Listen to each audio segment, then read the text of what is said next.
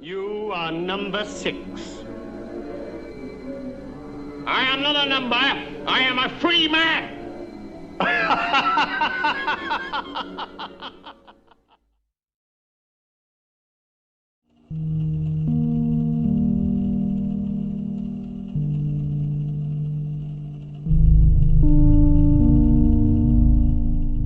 Hey, what's up guys, Rudy here.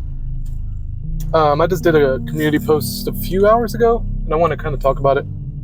The image I'm about to show is from my community post, where I talk about a TV show from the 1960s called The Prisoner.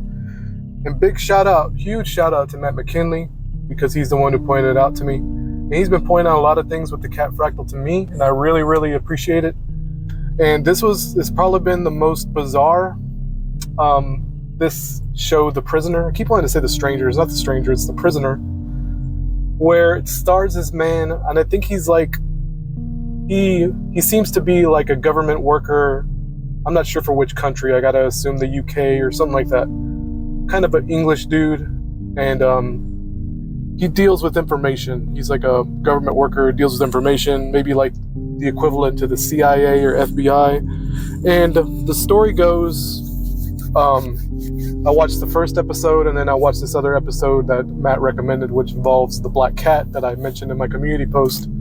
But the premise of the show is that this man is trying to escape this island, which is like a community island that is filled with people that know too much, quote unquote.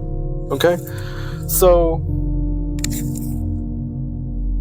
in the first episode, you kind of get the idea of how the series is going to work. And as far as I know, there's only one season. Like I said, I only watched 2 episodes, and it was super interesting. Okay, I had to pause it for a second. I kind of realized that I'm better off just reading the premise off of the Wikipedia page, so I'll just do that. The series follows number 6, an unnamed British intelligence agent who, after abruptly and angrily resigning from his highly sensitive government job, prepares to go on a trip. While packing his luggage, he is rendered unconscious by knockout gas piped into his home in Westminster. Upon waking, he finds himself in a recreation of the interior of his home, located in a mysterious coastal settlement known to the residents as the Village. The village is surrounded by mountains on 3 sides and the sea on the other. The man becomes acquainted with the residents, hundreds of people from all walks of life and cultures, all seeming to be peaceful and mostly enjoyably living out their lives. They do not use names, but have been assigned numbers which, aside from designations such as 2, 3, and 6, give no clue as to their status within the village, but most being captives, but some are guards. Prisoners, therefore, have no idea whom they can and cannot trust. The protagonist is assigned number 6, but he refused to accept the designation. I am not a number, I am a free man. And that's at the beginning of the show, the intro's long, it's like 2 minutes long. And at the very end, he's like, I am not a number, I am a free man. It's very catchy, I'm not gonna lie. Like, oh, you could give me goosebumps a little bit, asshole. Anyway, let's keep reading. Although the residents can freely move about the village, they are constantly under the surveillance by numerous high-tech monitoring systems and cannot leave. Security forces, including a balloon-shaped automation known as Rover, recapture or kill those who attempt to escape. And the balloon thing is really kind of comical in a way. I mean, looking back on it, right, I'm sure in the 1960s it was like, oh no, what is that thing? It's spooky. But anyway, it's just like a weird, like a little bit larger than an average man-sized balloon that kind of bounces around. Like sometimes it'll chase them, and it's like bouncing around the beach and following them. It's kind of comical. I'll capture some footage and kind of insert it here so y'all can see. Number 6 is a particularly important target of the constantly changing number 2, the village administrator who acts as an agent for an unseen number 1. Number 2 uses techniques such as hallucinogenic drugs, identity theft, mind control, dream manipulation, and forms of social indoctrination and physical coercion in an attempt to make number 6 reveal why he resigned from his position. The position of number 2 is assigned to a different person in each episode, with 2 making repeat appearances.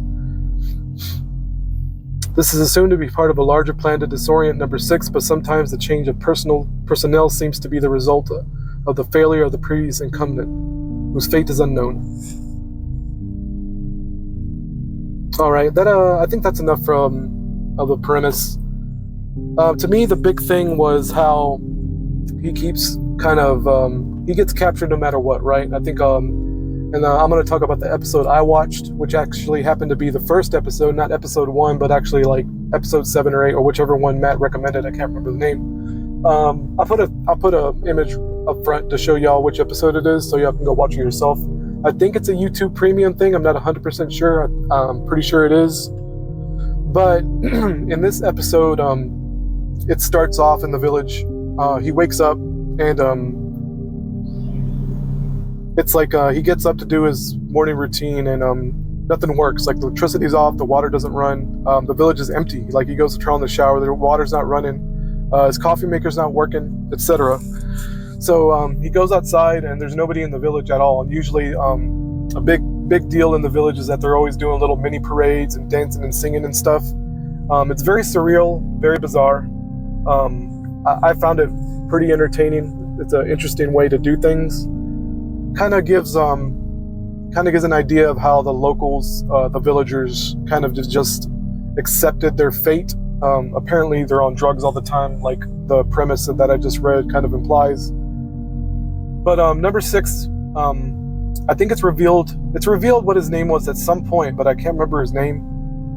I think it was Peter. I don't remember the last name.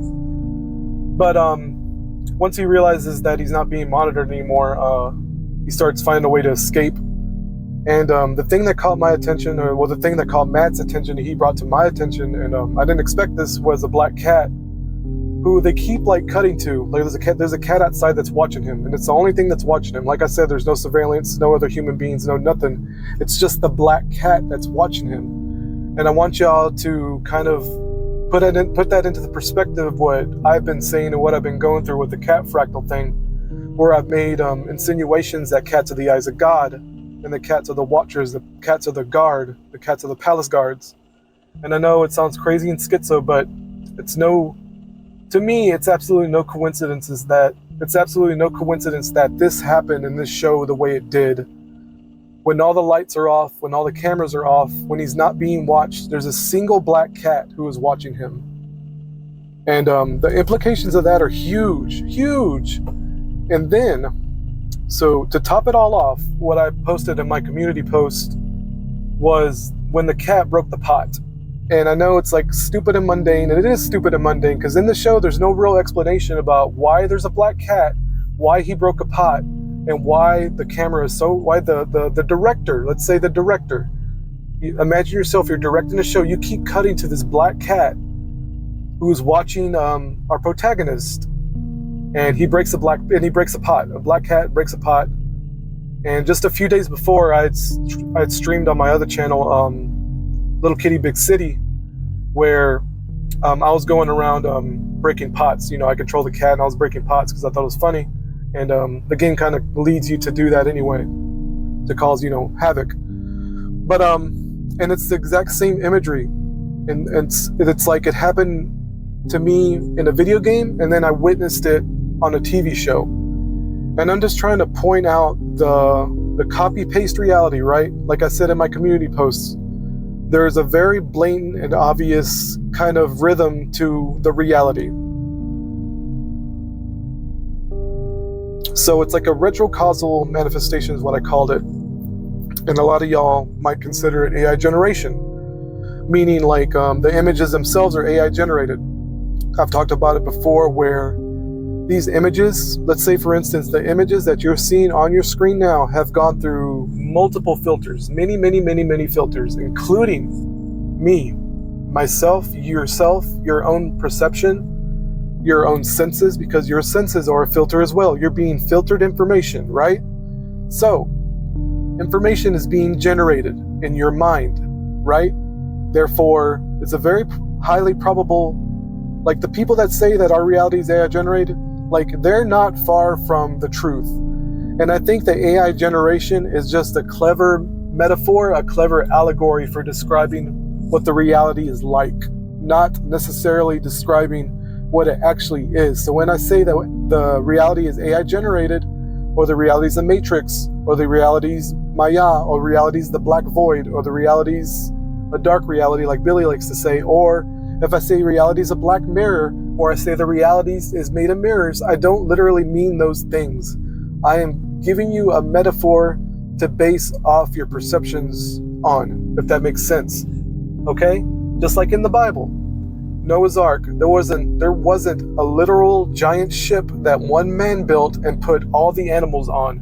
That is a metaphor, that is an allegory for your life. Okay?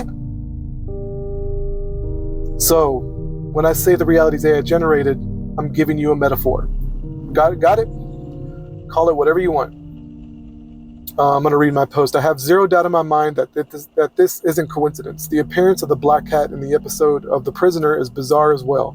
It served no purpose but would watch the main protagonist. Just watch. It had no plot relevance. And to add on to this, the cat in the show that broke the pot for seemingly no reason. It just happens. Like I explained, and this cat doesn't bear any relevance at all to the plot. It's not mentioned. The guy doesn't look at it until the very end. At the very end, when all let me talk about what happens in the show. Okay. Let me talk about that because it is interesting. So he builds a raft. He finds an axe. He cuts down a bunch of trees, and he makes a makeshift raft out of a barrel, and kind of escapes that way. And he makes a makeshift compass off the speakers that he hates. He has enmity with these speakers, man, because it's always blasting music like nonstop that drives him crazy. It's kind of funny. I actually like the show. It's about an hour long per episode, and I like it. I recommend it. The main actor is really, really good. I liked him a lot. You know what's the strangest part about this episode that I watched is 23 minutes of silence besides the musical cues and the director cutting camera angles and unique camera angles and all that. They tell the story, they tell the beginning of the story in complete silence with no dialogue. And I thought the whole show was like that at first. I didn't realize because that's the first episode I watched. And I was like, oh, is this just like a silent show or something? It's really weird. But I actually really, really liked that because it's like for fucking once, the characters aren't just saying what they mean and they're just not saying what they're gonna do. It's like there's just like no subtlety in modern media. Like you have to spell it out for the audience or else they're too stupid to get it. And that's probably the reason why this show didn't last more than a season. But anyway, he escapes on a raft and he's journaling his on a newspaper that he found. He starts journaling his journey. I guess that's where the word comes from now that I think about it. Journey. Wow. And I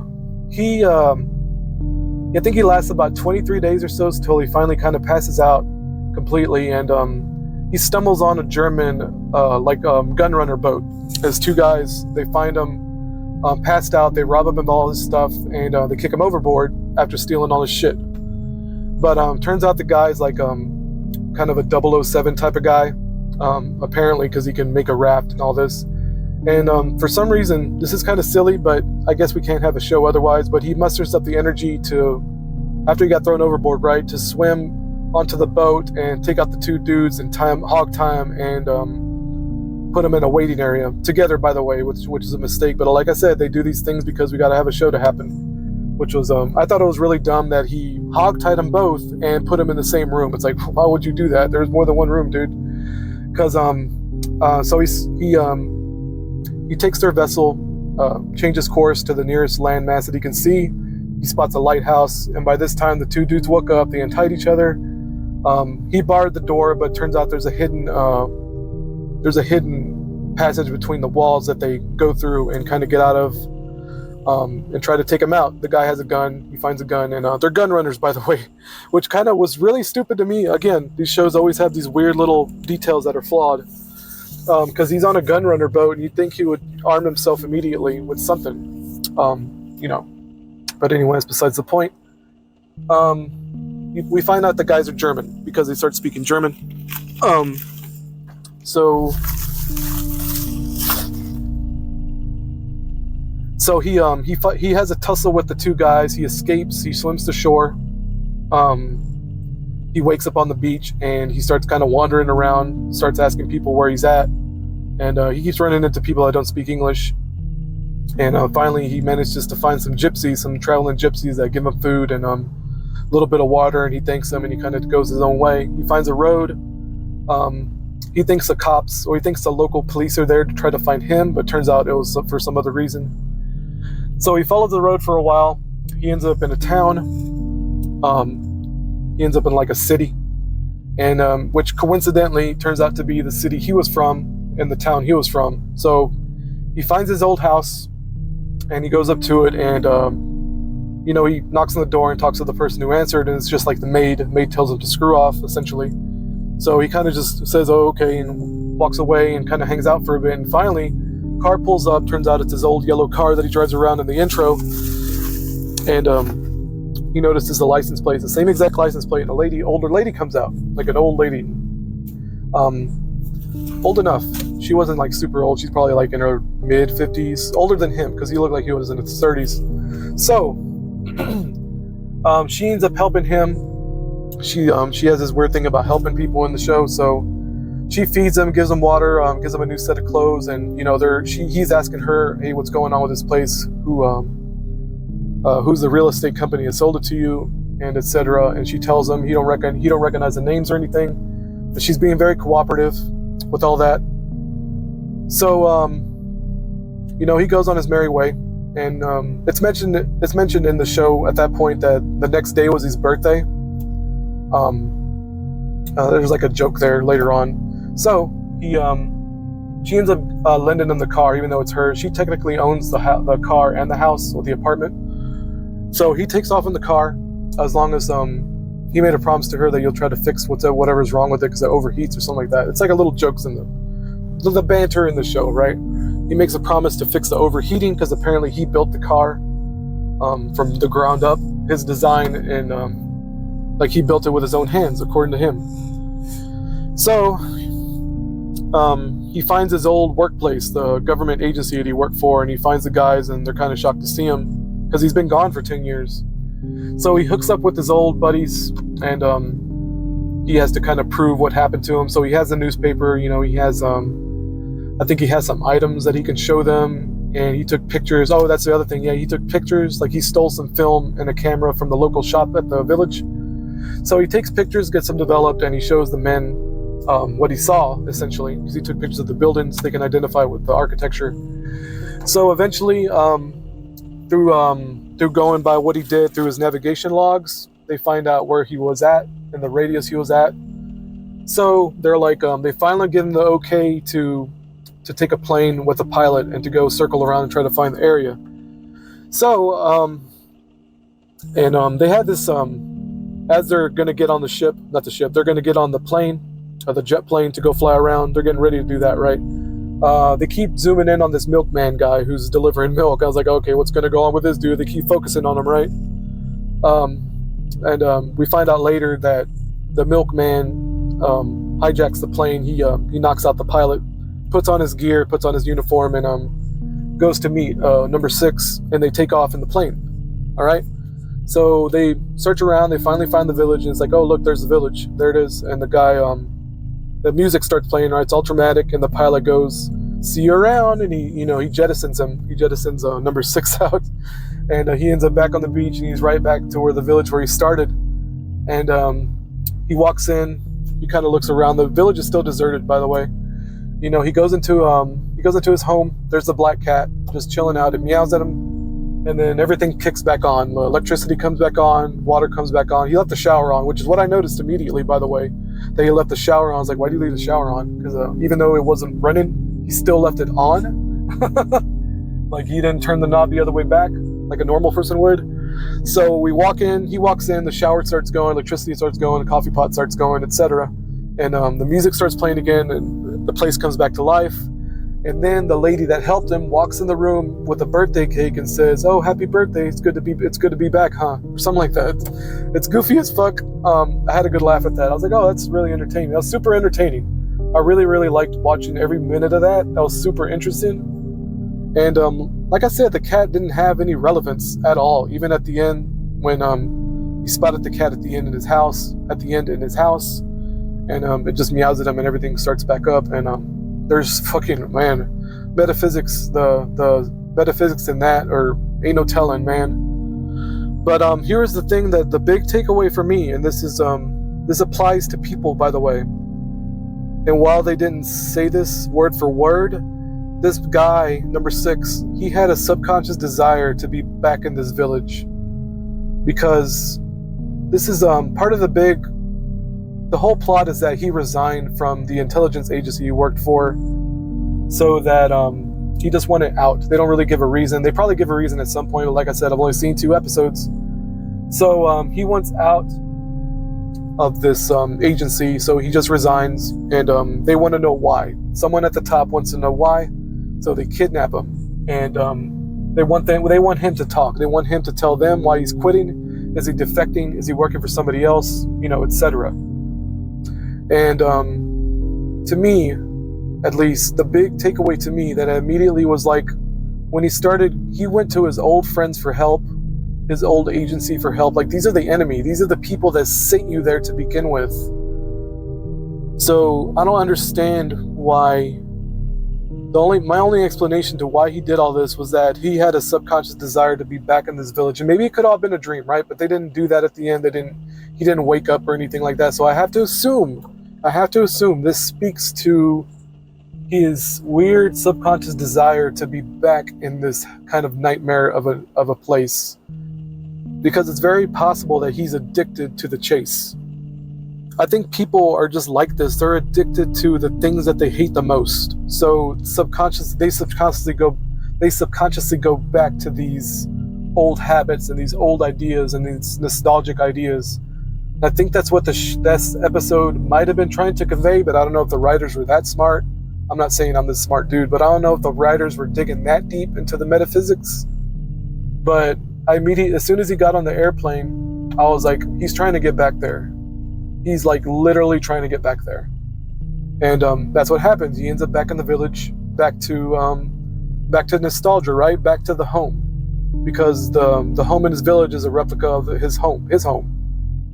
And there's a huge allegory there for nostalgia, and so it's the nostalgia that kind of traps him and brings him back to this kind of alternate reality where he's important, right? Everyone's trying to get him. Number 2's trying to get him. Like, the second guy in charge is always trying to get him, but he's always ahead of him, right? Like Tom and Jerry, like the mouse is always ahead of the cat. But anyway, I mainly watched this. Thanks again to Matt McKinley. I don't know if he's watching this. I don't think he watches all my stuff, which is cool. But huge shout out to him for pointing this out to me. There's also another show that he recommended called Dream of a Thousand Cats, which is a super interesting show. It's like a 15-minute short on Netflix at the beginning of Sandman. I don't remember which episode, but I'll put a photo here screenshot here showing the episode number. But I could talk about that too. In the show Dream of a Thousand Cats, it starts off with a little kitten in a house, and the owners are like talking about the kitten, how cute it is, and it's about to go to sleep, and they all go to sleep. The kitten's by himself, and there's a cat at the window, like an adult cat, and the adult cat's like, "Hey, are you coming?" Like, they have a little meeting, get together, that all the cats are gonna go see this matriarch of a cat who likes to give speeches. So the little kitten escapes, goes through the window, and they go see the matriarch, which is this white Siamese cat. So the Siamese cat is up there. All the cats are gathered around, right? They meet in the woods, and the Siamese cat's going to give a speech, and she begins talking about how the group of humans that she used to live with killed her kittens because they were like half-breeds. She messed around with like a cat that wasn't a pure breed Siamese like her. So her owners end up, well, I won't say her owners, but it's a couple. So the husband takes the kittens, puts them in a sack, puts a brick in the sack, and throws them into a lake. I know it's horrible, but that's the way they set it up. They're trying to get your emotions going. That's what they did. So, and the whole time, this animated, it's an animated short. So it's like this weird 3D kind of, it looks like AI generated pseudo 2D looking animation. It's really surreal. You'll just have to see. So the Siamese cat is telling this story about the humans are really just kind of monsters, and she tells this story how the humans used to be cat size and the cats were huge, like way bigger than the humans, and the cats were like the mice running around. And they had this little short montage, this dreamlike montage where there's giant cats killing miniature humans and kind of feasting on them and whatnot. And then in the dream sequence, the matriarch goes, and then just one day, a few humans got together and they had a dream. They had a collective dream where the roles were reversed, where the humans were the big ones and the cats were the small ones. So in the next frame, it kind of happens, and the roads appeared, and the cities appeared, and the towns appeared, and the cats were now submissive to the humans, and they had to be. So she's just telling a story about that, and the kitten, everyone's like, all the other cats are like, whatever, it's just a cute little story, it's just a fiction, And the kitten goes home, and the kitten believes it. The little kitten's like, I totally believe that would happen. I totally believe that happened, like a little kid believes fantasies, right? So the kitten goes home, sneaks back in and lays down and goes to sleep. The little kitten's having a dream. They don't show the dream, but the kitten's kind of twitching in its sleep, and the humans are like, oh look, it's chasing something in its sleep, and it's and it's implied by the kitten's movements that it's eating a human. Okay, and that's where it kind of ends. So the little part ends, and I was blown away, like super blown away by this, because it's like everything about that, not everything, but I don't know if the creators knew what they were doing when they made this, because, oh yeah, and again, shout out to Matt, because he's the one who recommended this. Crazy find. I think he's mentioned Sandman before. I think he's a fan of the series, just for the crazy analogies and metaphors that show has. And I've only seen this one 15-minute short, because that's all I really cared about, because he recommended that there'd be insane imagery. But I thanked him in a comment. I said, thanks for recommending this. Humans dreamed up this world to be like it always is. Whoever wrote this understands how reality works. I'm blown away. And their course, I'm gonna put images up here, but there's sun and moon symbolism, there's Jesus Christ and symbolism, like just super obvious what they were doing. Like this person, whoever wrote this, 100% knew what they were doing when they made this. And this is the thing that kind of annoys me, because I know this is some weird allegory for racism. I just know it, because these modern shows are just the way they are, man. I don't know if the cats are supposed to represent the European colonizers or if the humans are, but they always have these weird fucking allegories for racism, and it's super annoying sometimes, because there's something much deeper going on here that they're not realizing, or may or may not be realizing. But humans dreamed up this world to be like it always is, and that's what the cat was saying. Of course, there's a cat that's saying this in the show, and that's what I've said in my videos. So the cat doesn't lie, man. Anyway, it's just interesting shows I've watched lately. I didn't expect this recording to be almost 30 minutes. But I just wanted to share that with y'all. I'm gonna pump this out as soon as I can. I got like 3 or 4 more audio recordings to edit together and get it on my channel. I just had a lot going on lately, and sorry for the lack of entertainment, I guess. Anyway, y'all have a good day. Bye bye.